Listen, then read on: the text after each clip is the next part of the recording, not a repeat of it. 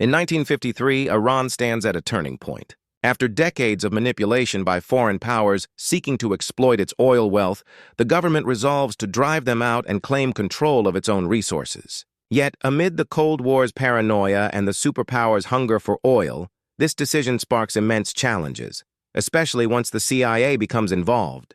By the early 1950s, Iran has endured decades of unrest. In 1921, Reza Shah Pahlavi rises to power through a British-backed coup and begins modernizing and westernizing Iran in the style of Turkey, while striving to resist British and Soviet dominance. He also renews contracts with the Anglo-Iranian Oil Company, granting the British state-controlled firm privileged access to Iran's oil for extraction and export. World War II brings sweeping changes. In 1941, British and Soviet troops invade neutral Iran to secure its oil, block German influence, and open a supply route to the USSR. They depose Reza Shah and install his son, Mohammad Reza Pahlavi, who assumes the royal title of Shah. The Soviets also seek Iranian oil concessions in 1944, but fail. The new Shah faces serious issues during and after the war.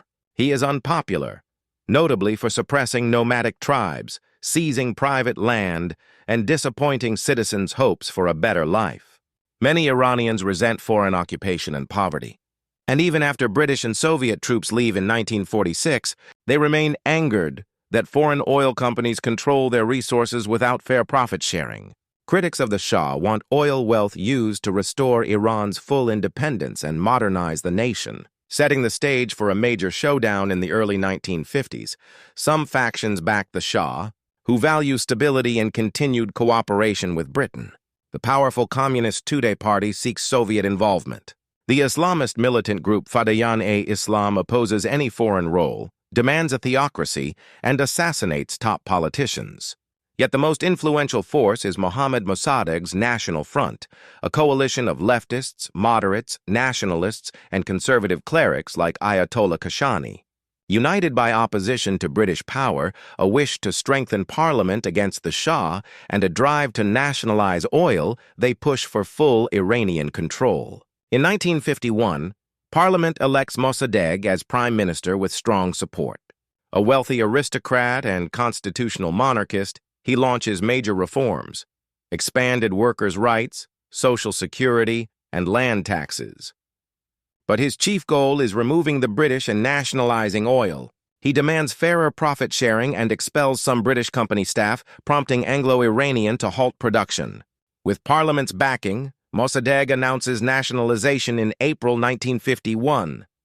Years of negotiation with foreign powers have failed.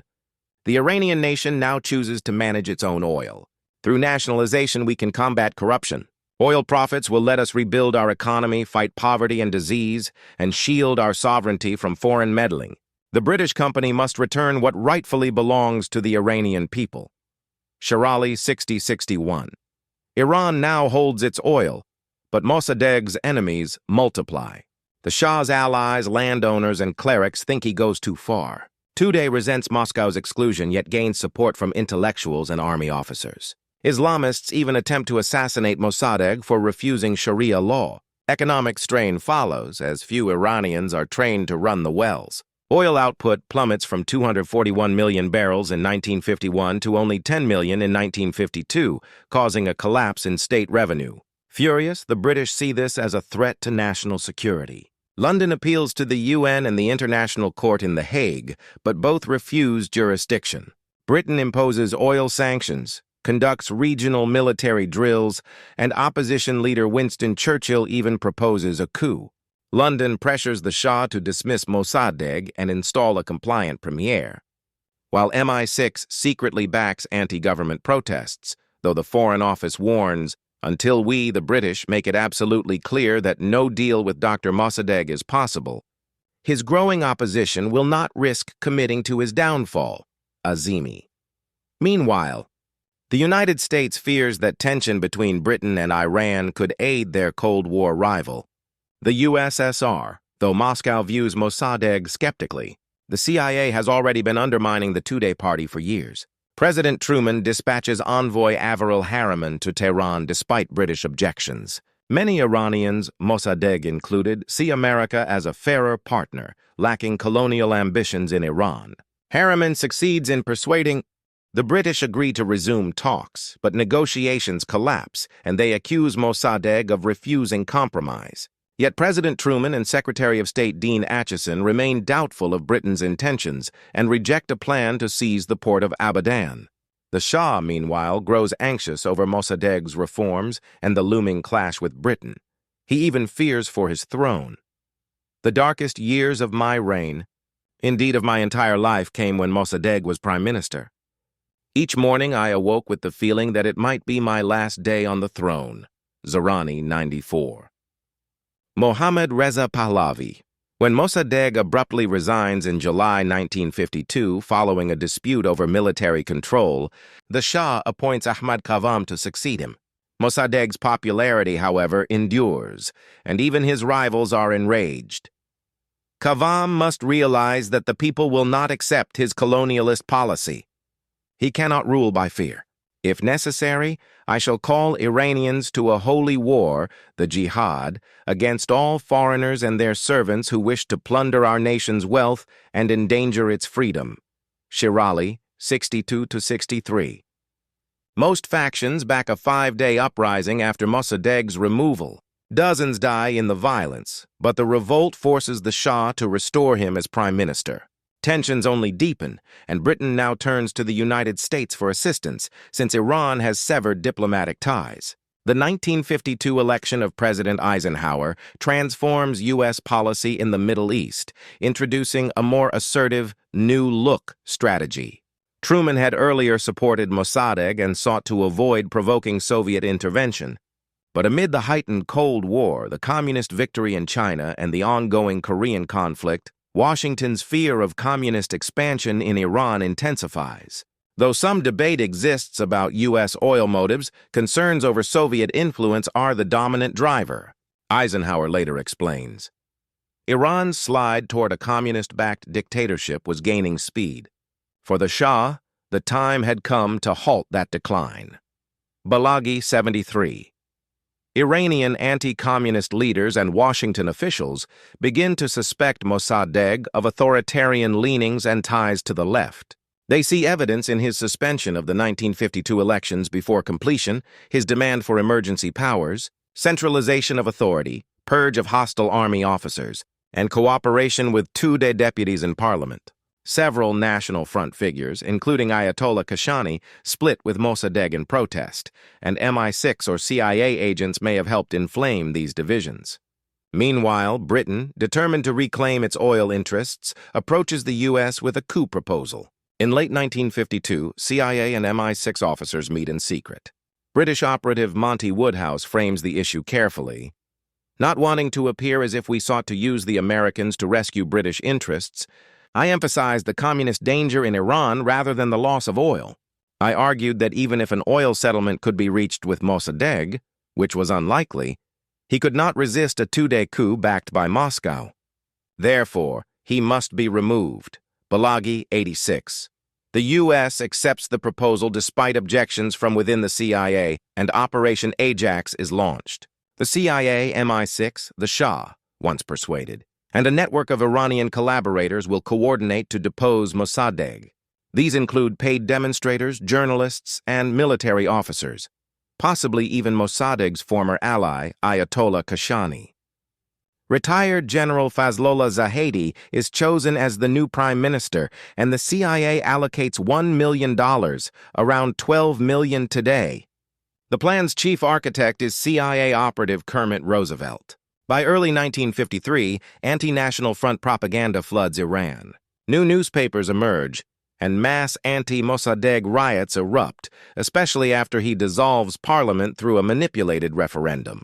Agents work to win over deputies and army commanders. In August, Operation Ajax begins, an episode whose details and interpretations remain debated. The Shah hesitates to challenge the popular Mossadegh directly and distrusts the British, agreeing only after Roosevelt's assurances. On August 15, 1953, Mohammad Reza Pahlavi issues a CIA-drafted decree dismissing Mossadegh and arrests several ministers. But the decree is illegal without parliamentary approval, and Mossadegh is forewarned, possibly by Tudeh. Loyal police detain the Imperial Guard officer delivering the order. Army units mobilize, some to seize Mossadegh, others to defend him. General Hussein Fardust recounts, "Zahedi ordered the coup to begin, but to our surprise, no military units moved. Defense Minister General Riahi was informed, and troops loyal to Mossadegh quickly disarmed and arrested the coup forces without a fight." Fardust 177. Chaos follows. Mossadegh's supporters scour Tehran for Zahedi, who hides in a CIA safe house. Enraged mobs topple Shah statues, though it remains unclear which groups or foreign agents instigated them. The Shah flees the country, stunning both the British and Americans. Security forces round up suspected conspirators, and reports claim Mossadegh orders gallows erected in Seppa Square. Large Tudeh demonstrations deepen the turmoil, many triggered by CIA provocateurs staging false flag protests that genuine Tudeh activists later join unknowingly. Washington assumes Operation Ajax has collapsed, but Roosevelt, Zahedi, and their backers make a second attempt. Roosevelt arranges interviews for Zahedi with journalists, while the clergy renews its propaganda campaign.